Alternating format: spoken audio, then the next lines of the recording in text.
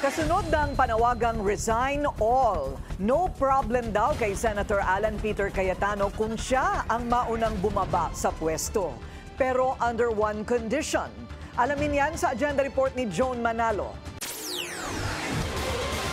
Handa raw si Senator Alan Peter Cayetano na bumaba sa pwesto basta't siguradong may susunod. Pangunahan ko. Payag ako mauna. No problem doon. Mauna means lahat kami. Walang nagsasabing ikaw mag-isa. Kung mag-isa ako, hindi mangyayari yon.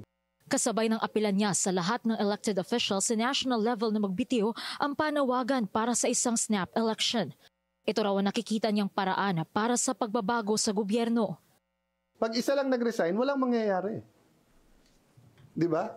Ang sinasabi ko, mag-sacrifice tayo, hindi mag-suicide. The problem will have new hope if we do it all as a group. Sa liderato naman ng Senado, tinuldukan na ni Cayetano ang umano'y isa na namang namumuong coup.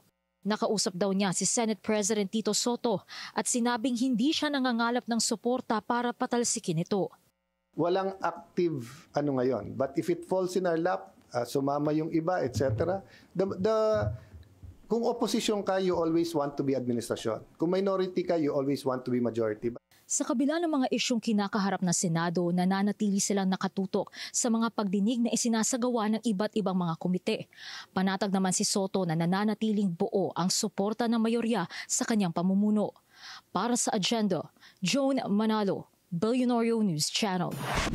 Manatiling nakatutok sa Billionario News Channel. Sumubaybay sa aming social media accounts at mag-subscribe sa aming YouTube channel para sa mga bago at eksklusibong balita.